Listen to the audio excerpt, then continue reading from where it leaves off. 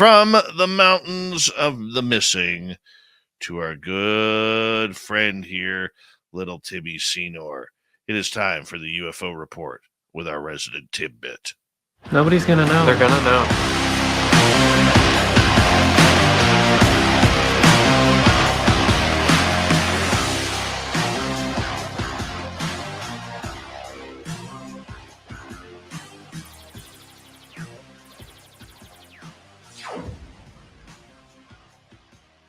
Tim Seanor, it's always good to have you around here, and I appreciate you coming on in once again for another edition of the UFO Report. How you been, buddy? I've been great. I love the shirt you're sporting tonight. That looks fantastic. The MUFON. The MUFON shirt. Looking so sharp. Yeah, I figured I'd wear it. Why not? Why the heck not? You know, I want to start off tonight. I know it's not on your list, but I want to start off on this very, very delicate subject that seems to be tearing the UFO field apart regarding the story of David Grusch. Now, investigative journalist Ross Coulthart has come out and said that Grusch suffers from autism. And now there's a bunch of people in the UFO world who are absolutely grading Grusch's credibility because he's on the autism spectrum. Now, one of the things that I have learned through this all is a long time ago, we used to call it Asperger's disease, okay, which is somebody who is highly intelligent, does not maybe show emotion or not know how to act properly in a public setting, doesn't really show a lot of emotion, as I just said, in regards to subjects where they're so brain focused on learning everything about it that that's all they could think about and that's all they could concentrate on. And I believe that Asperger's now is being described as a form of autism. So that is something that I have learned about David Grusch. And I really do believe that the UFO community really needs to have, many members need to have a good shaking over thinking that somebody with autism, high functioning autism, would have troubles being in the position that he was. What's your thoughts on this, Tim? Oh, I think this is a non-issue. You know, the only thing that may come to play is some of his mannerisms may not go in line with what is normally expected. But I would say, other than that, really, this is not an issue, really, to even be brought up, unless people are trying to decipher anything by his mannerisms or the way he talks or operates. I don't think that, I mean, we're all different. Like, you could probably pick apart the way I operate. And who knows, maybe I'm on the spectrum as well. I've just never been tested. So I think it's one of those things that's very loose. You know, with some people it's very prevalent, some people it's not. But again, for somebody, you know, like this, it's not an issue. He offers it up as just something that is really not a big deal, and it's not. So interesting that it's public knowledge and that it's being weighed out differently by different sections. You know, obviously anything that can be used as ammunition often will be. And so it's going to be one of those things. To me, like I said very briefly in my first opinion on this, is it's a non-issue. And I agree with you on the fact that it is, and it should be recognized as a non-issue of his performance. And I 100% agree. The point that I'm getting at is, and I don't want to spend too much more time on this, is the UFO public is looking for any sort of reasoning to make him disingenuine towards the message that he brought regarding UFOs, which I think is very bombshell dropping, including, I mean, look at my reaction that I had when he mentioned finally that we have the pilots of the craft. Okay. And there was a lot of people complaining, like, there's no emotion in this guy. There's no, he's talking so matter of fact, it's got to be fake. Yet Yeah. people in the UFO community are absolutely in love with or adore aviation historian Michael Schratt. And Michael Schratt also suffers from Asperger's. Okay. Michael is a pilot. He works a high-end defense job. Okay. He's written numerous books. His research is perfect. But if you're with Michael, one of the difficulties he has is being in public places. But when he's researching or whether he's giving a speech, he's bang on, man. Absolutely bang on and total focus.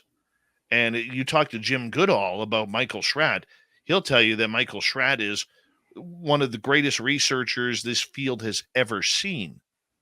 Yet suffers from Asperger's. And it's the same as David Grusch.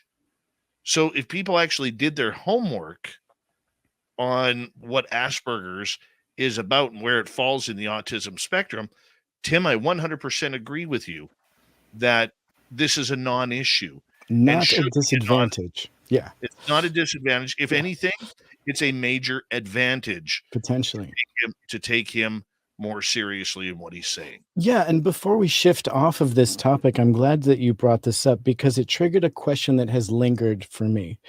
That Leslie Kean and some of the bigger media that has talked about this have skipped over the bodies and claimed even if they were told about it in an interview, they would have excluded that subject.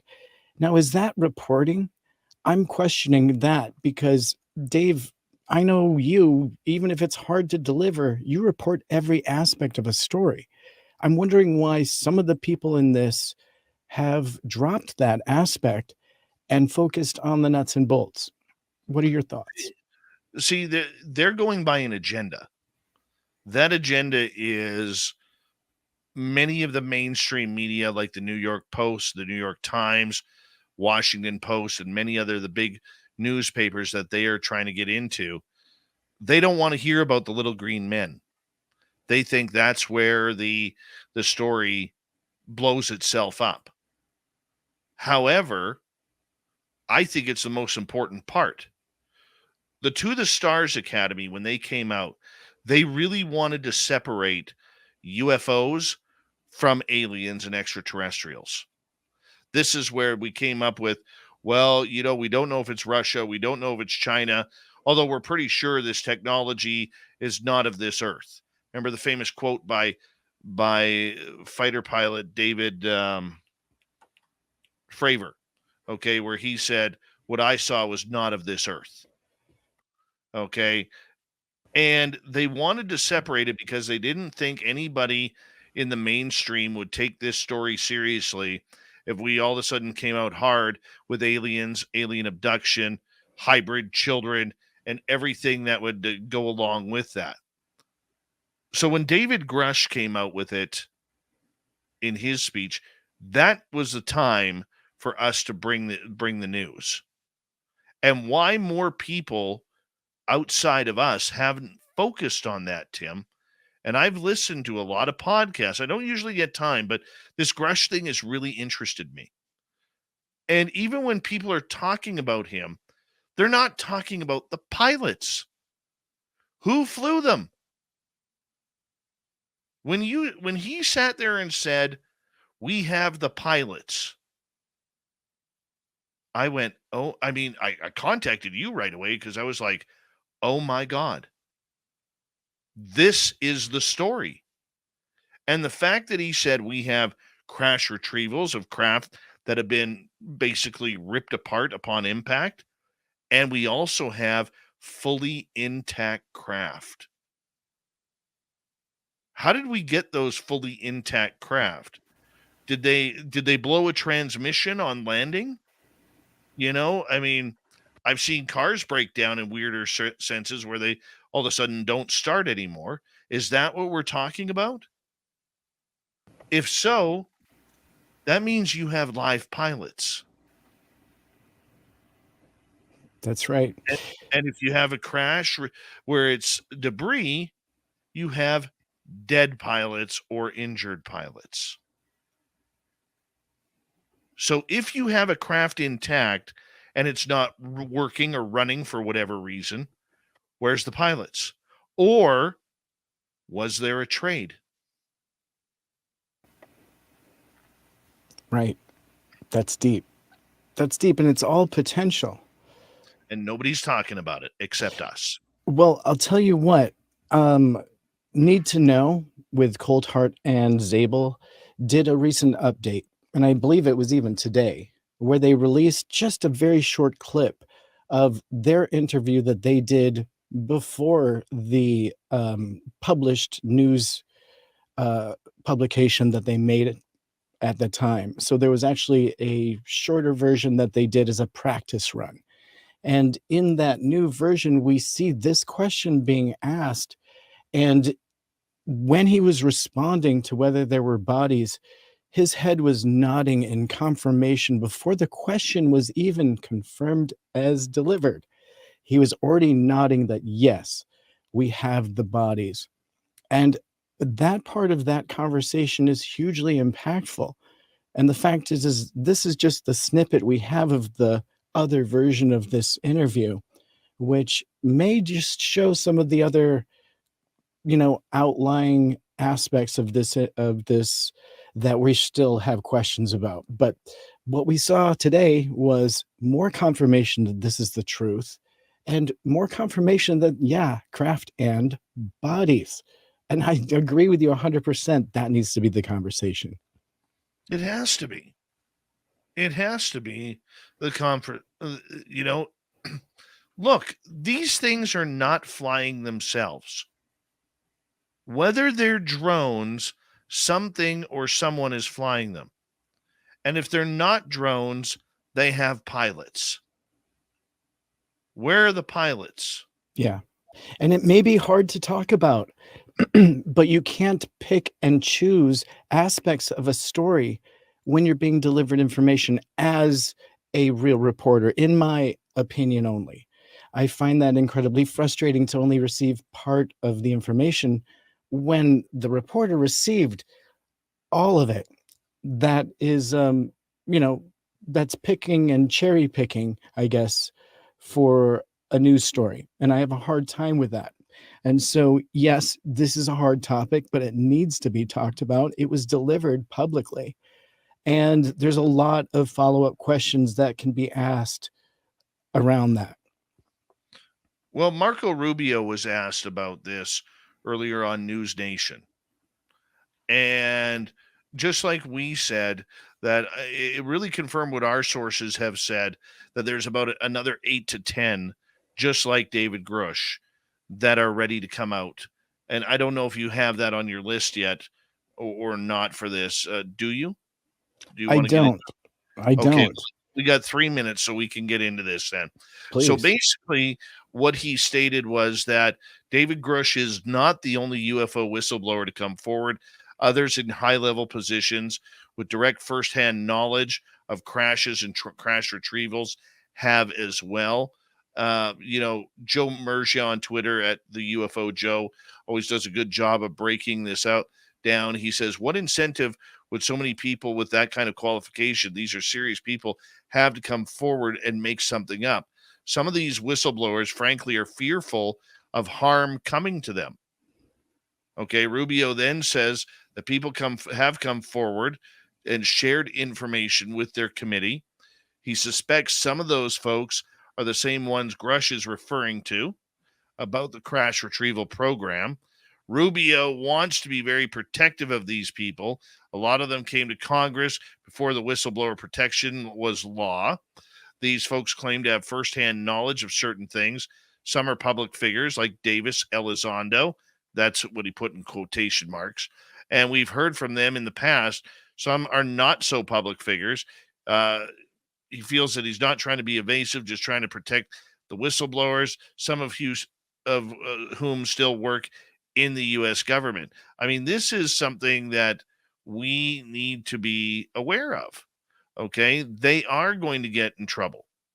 They are going to have their lives changed. This isn't an easy subject.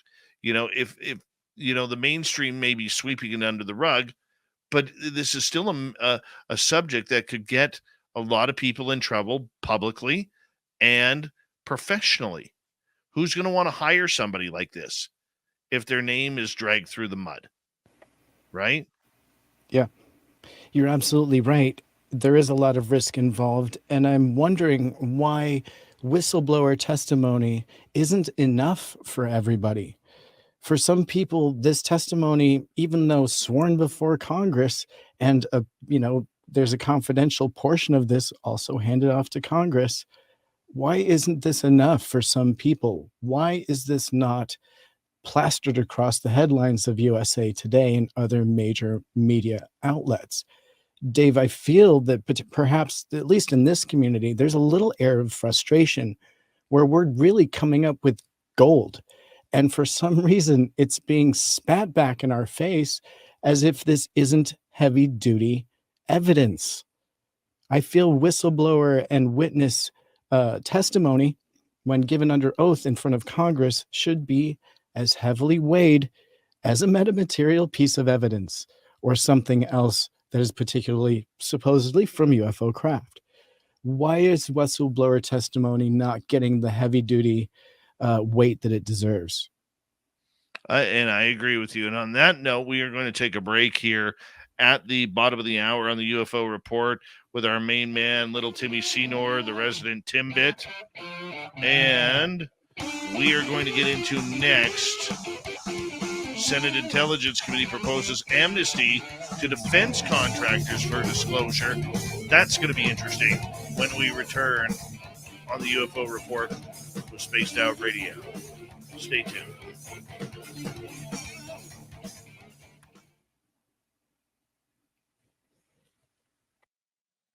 One second here.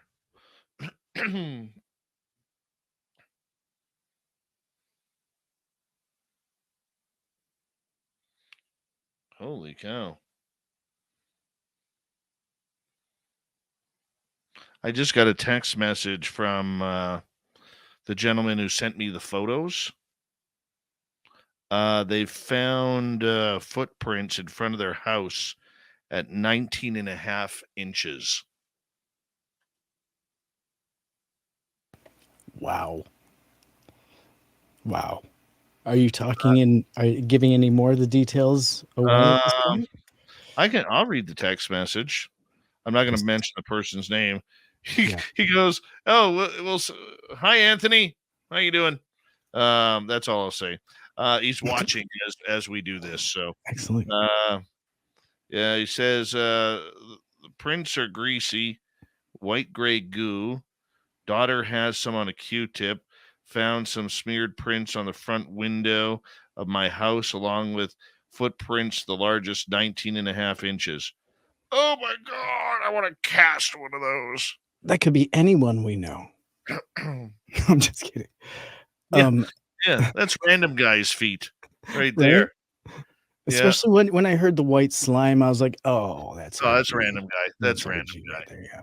Total random guy. And before everyone worries that all we're talking is politics, I have alien artifacts and space signals on the forefront, so it's not politics heavy tonight. Don't worry. Aaron Baca says he didn't show any evidence he failed. No, he didn't fail. How did he fail? What's evidence? He turned over his evidence to Congress, doing what he was supposed to do as per his position. Okay. Then what he did was he relayed that message to the public on what he did. Now, those documents that are classified, if he brings them out, he goes to jail. I'm not sure where the misunderstanding is. That go to jail or let UFO Twitter have the articles and the evidence. Go to jail, evidence for UFO Twitter.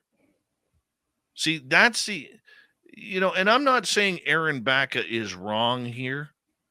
Okay. But this is where we as ufology are failing, because we don't see the evidence. Therefore, it's garbage. It's just a story. And that's where, I'll give you an example. I'm not going to say who I was talking to earlier today. Okay, I was talking to a major researcher today. We were talking about the Canadian stuff. And it's the little tips like learning David Grusch has spoken to the Canadian government more than twice. That's what gives us the gas, pours the gas in our tank in order to go to our sources and say, give me what you got on this. I've already learned this. Give me what you got. Okay. We can't, if you guys want, and I realize most understand it, and trust me, I understand the frustration of people like Aaron. Okay. I get that. Okay.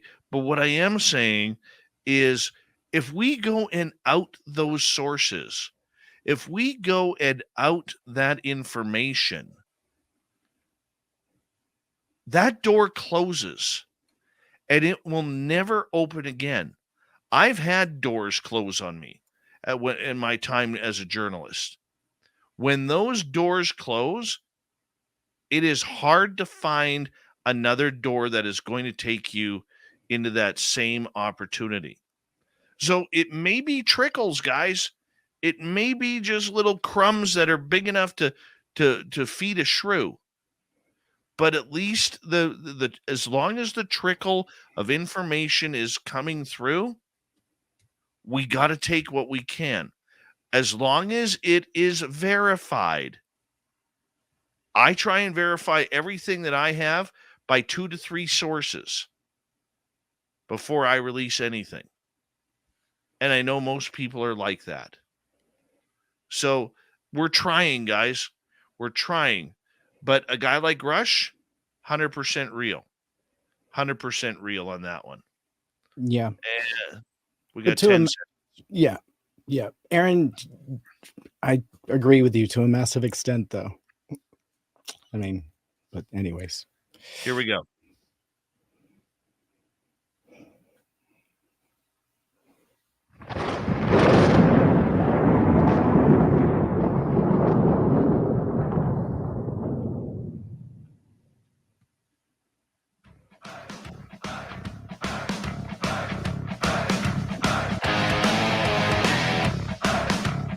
We rounded third. We're heading for home tonight on Spaced Out Radio.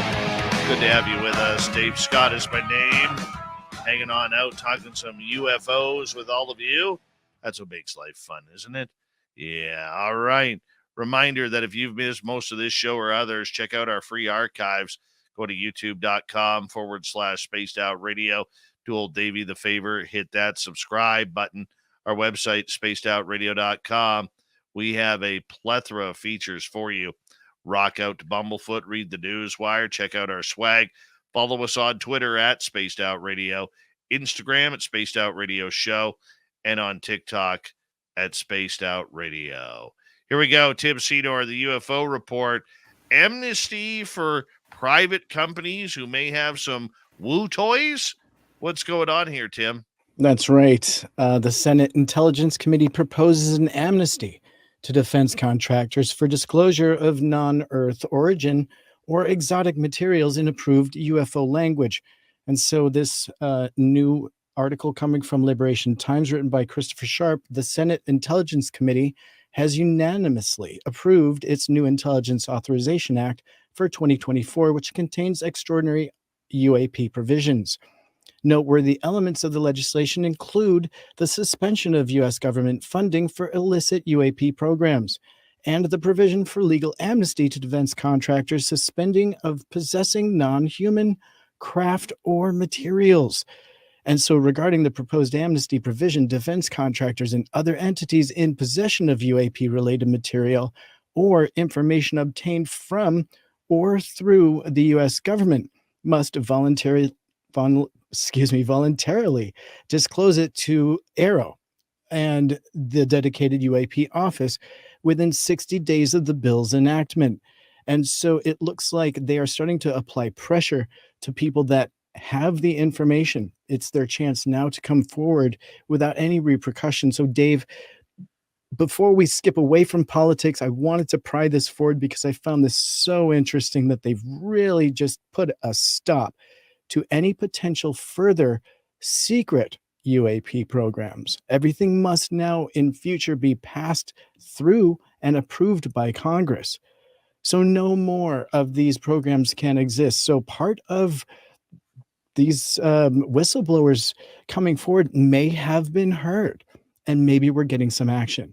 So, Dave, please, let's just very briefly comment on this before we move into some woo. Well, I disagree with you on that point, that this is going to be the end of privatization in this. Look, they have to have the privatization.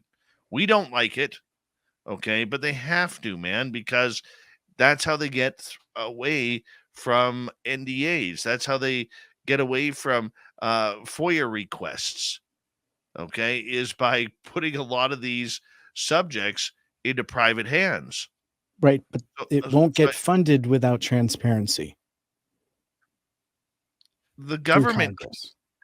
the government can talk tough, okay, but let's also remember, my friend, that just the other day there were $6.2 billion that went missing, okay, just before an attempted coup, and they had no recollection of where that money went missing. There is money that goes missing from the budget each and every year. And do you really think if the U.S. government has secrets that are going to enhance the military technology, that they're not going to put it in private hands? Be damned if they aren't. Of course they're going to. So I do disagree with that. I think that's politicians talking tough. Yep, you might be right. You might be right. Let's dive into alien artifacts.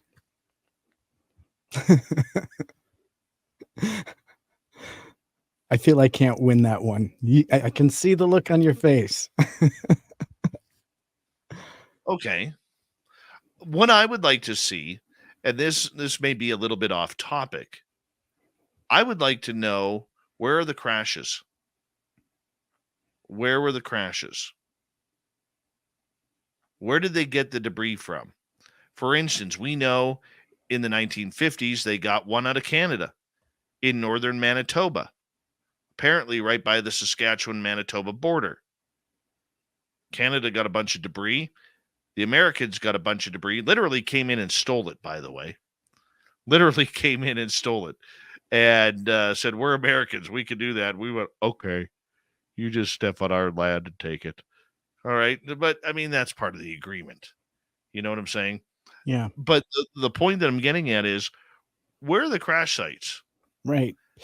Well, you know what? I like what is going on with the Vasco team, because recently Beatrice Villarroel gave a presentation at a TED Talk in Zurich, and she asked the question, why should we search for alien artifacts? And the Vasco team is searching for fast flashes from potential alien probes in and around the Earth. And so they're using both old imagery, and they also use new technology that's surveilling the skies. And they're looking quite literally for flashes that could potentially be from alien probes or some kind of other ET artifacts that literally may be in orbit around the Earth. And so again, Beatrice Villarroel from the Vasco team is aggressively searching for stuff on their own. So maybe we don't have to look on the ground. Maybe we can look up for artifacts. Could very well be. Could very well be. But I mean, on the flip side, how many different artifacts are out there, okay, that we haven't found yet?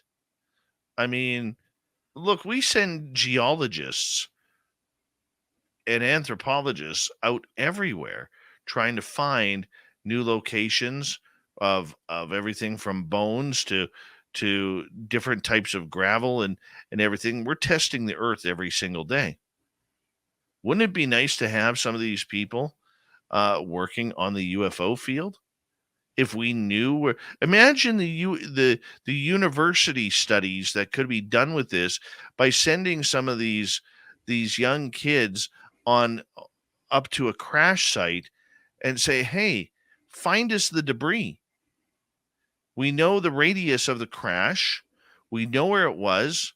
Let's dig in here and let's see if we can find something that could potentially still be intact. That would be amazing for university study. You know, I think it would be a great topic for the students to get out there and instead of dinosaur bones, let's find some alien tech. You don't have to tell us about it. Okay? You don't. If you're doing the study for the US government, sign an NDA, but go to these crash sites and let's get some stuff done here. I don't know. Maybe it's too simplistic. I don't know, Tim. No, I love it, but I mean that's happening. I mean, Galileo Project would love to wave the flag right now and say, "Hey, that's exactly what we're doing." It may not look exactly like what you're describing, but that concept is out there and it needs to be. But I think you're absolutely right that these crashes have happened. If we knew where they were, we could get there and perhaps recover new materials from that as evidence, because that's really what we need. Now, you're saying if there's people out there as whistleblowers and they're pinpointing these as real, we should be able to go to those locations and find some evidence of it to Absolutely. corroborate what the whistleblowers are saying. That makes absolute sense to me. Let's go on to topic number 3 because we only have about 12 minutes left. Skip to, yeah. So the Okay. astronomers, astronomers detect unprecedented space signals. Here we go. So researchers speculate that a mysterious celestial body is sending signals to Earth at regular intervals, raising questions about extraterrestrial contact. And so, in a groundbreaking discovery, astronomers have detected radio wave signals being transmitted to Earth at an astonishing rate of approximately 3 times per hour. This phenomenon, never before observed in space, has sparked speculation among researchers that it could potentially be a deliberate attempt by unidentified extraterrestrial beings to establish contact with humanity. Scientists from Australia are currently engrossed in a task of deciphering and analyzing the perplexing messages and signals received from the vastness of outer space. They strongly believe that these transmissions may be an attempt by extraterrestrial life forms residing on distant planets to initiate communication with our species. So, according to a report published in the British newspaper The Mirror, unfortunately, researchers have confirmed the extraterrestrial origin of these signals, suggesting the presence of aliens living on another world and endeavoring to contact our planet. The report also states that the unidentified object has been transmitting messages to our world. So again, it states an unidentified object has been transmitting messages to our world. So continuing, these signals are believed to be evidence of an unidentified celestial body situated around 4,000 light years away from us. Astronomers describe this enigmatic entity as unlike anything ever observed before in space. And so observations made by scientists have revealed that this mysterious object releases a significant burst of energy every 18 minutes, occurring 3 times per hour. So astrophysicists involved in the study suggest that these signals could potentially serve as evidence of extraterrestrial life. Dave, kind of exciting. We've been listening for a long time, but now a scientific group of people in Australia may have actually discovered a signal. Does it get you excited? Mm, mm, I'm going to say this, Tim. I think, and quote me on this, I don't remember what month it was. Okay. But I said any type of disclosure that we have where the president of the United States walks up to the podium and says, ladies and gentlemen, we have found extraterrestrial life out there, would come from a signal. That's what I totally recall you and I having this conversation prior. And I'm not sure if you remember that or not, I but do. okay. Yeah. This is what we're talking about. That way they get their exit cue that no aliens are visiting here. We don't have any crash retrievals. We don't have any alien technology. But look, we are able to confirm we are not alone in the universe. We have something 4,000 light years away. We'll never be able to get there in today's technology, but we are going to send a signal back saying hello from Earth. By the way, this is Michael Jordan. This is LeBron James. This is Wayne Gretzky. And, name all today's athletes and musicians, and, you know, they'll get it done. And I'm being facetious when I say that. Okay. But this is where I think it comes. I think this is something like this could be the start of disclosure, because something like this would absolutely kill any investigation into whether or not the little green men have flown their ships into planet Earth and run out of gas or crashed because they got too drunk on a Friday night. Yep. Same reason they keep talking about exoplanets and discovering them and how far they are away. It's all about that distance. And then they keep talking about how it's absolutely impossible to get from here to there and vice versa. You are so right. And it's so frustrating. And I do recall that conversation that we had. And you really did call it out like it's almost a recipe for their version of disclosure. The version that's palatable to everyone, really, and really doesn't disclose anything that's true. And it actually disguises the truth very conveniently, all in one nice, neat little package. And it really numbs us to any potential new information because they keep reinstating that distance Yeah. 4,000 light years away. So I don't know how long it would take for one of our craft to get, or one of our signals to get 4,000 light years away. I'm not a scientist. I'm not a mathematician. Okay. But I'm going to say that it gives the government 50 to 100 years minimum in order to get that signal back there. My question That way too, they don't need to deal with it here. well, Go ahead. would you send a signal back? I mean, would you want to Well, put the beacon out that we're here? Like if it was, and what if you hadn't deciphered it all the way and you responded back? We need to consider deciphering it very well before. And no, who no, I knows if that's even a understand. true, like it's, I just think back to some of the real big brains that have considered life outside of Earth. And they've all said to stop sending signals out. Well, I think if they could decipher what the signal meant, let's say they found a language within that signal, then it's a whole different ballgame. But don't forget, we're a very loud planet too, Tim. We're not quiet. We are echoing the chambers, and somewhere, out in space, the dinosaurs are still roaring. Just think, in 65 million years, you and I are still going to be alive broadcasting. That's kind of cool to think about, actually. It's very cool. Wow. Yeah. Wow. Yeah. And to think that somebody on a planet far away, if they were able to see us, what they would view the Earth as, if they were to look at the planet itself, what would be roaming the planet at that time, it wouldn't be what we're looking at right now.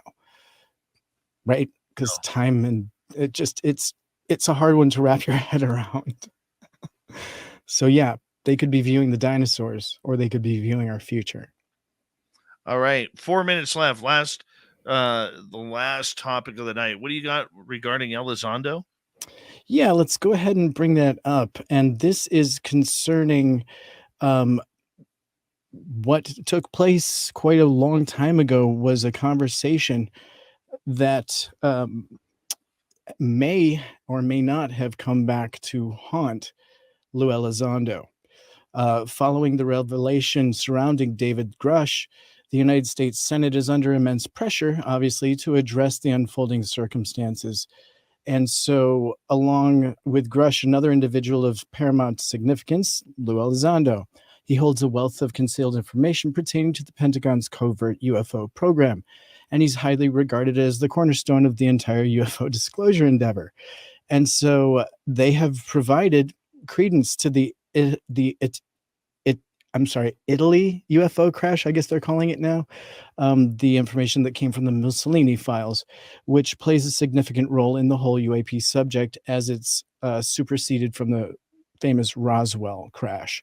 And so the question now relies on some information coming from Dr. Greer.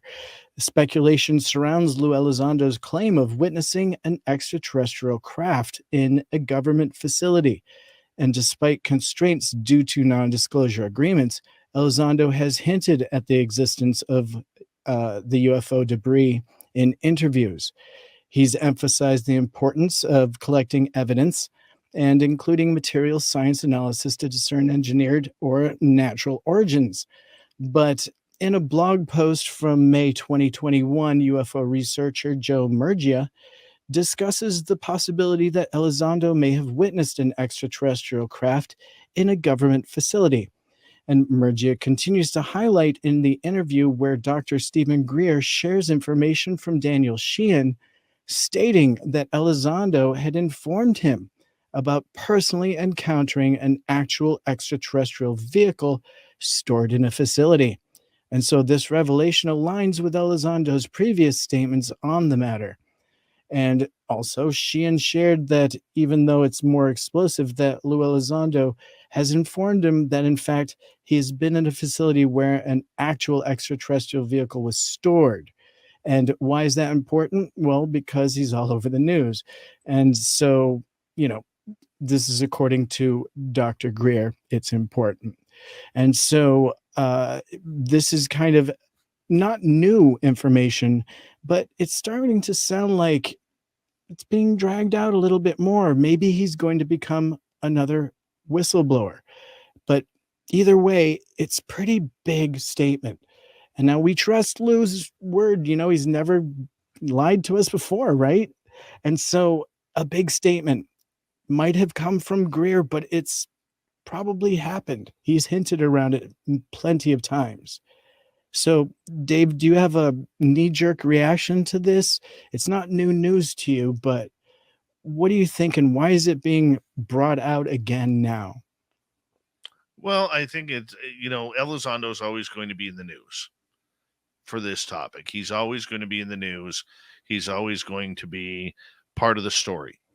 And I will be honest with you, I have zero proof of this, just a gut feeling. I think that Elizondo has seen a lot more than just a UFO in a building. And I think we are at that point with certain members of these fields. It's just a matter of not whether or not they want to tell the story. But I will 100% feel, in my opinion, Elizondo is an experiencer. I think that he has been, I'll say it, I think he's been face to face with aliens. Wouldn't surprise me if he came out one day and said that. Maybe it's in his book. But there's a lot more secrets that he knows that he hasn't told than what the public actually knows of him. And on that note, Tim, we got to say, if you're on our YouTube channel, stick around for some after hours with Random Guy and Tim and myself. If you're on the radio side, unfortunately, we got to say goodnight to you. But we did our best with a great show for you tonight. We got Mr. Ron Bumblefoot THAL rocking in the background with Little Brother is Watching. Bumblefoot is the official music of Spaced Out Radio, rocking us in and out of every single show. Get your horns up. for the guitar god himself. Special thanks to everybody listening in at work, at home, in your cars, wherever you may be. Thank you to everyone in our YouTube chat tonight. YouTube, Twitch, LGAB, Facebook, Spreaker, LinkedIn, the Space Travelers Club, and on Twitter at hashtag Spaced Out Radio. I know you're out there somewhere. Remember, this show is copyright by Spaced Out Radio and SOR Media Ventures Limited. Thank you so much for choosing to share your evening with us, because together, my friends, we're watching. we own the night. Mr. Bumblefoot, we need a favor. We need you to take us home. I know you're out there somewhere watching me. Yes, the Woo train has docked for the night. But soon, my friends, we shall ride again. Your seats are always available. Your tickets never expire. And if you want to bring a friend, we got room for them too. Good night.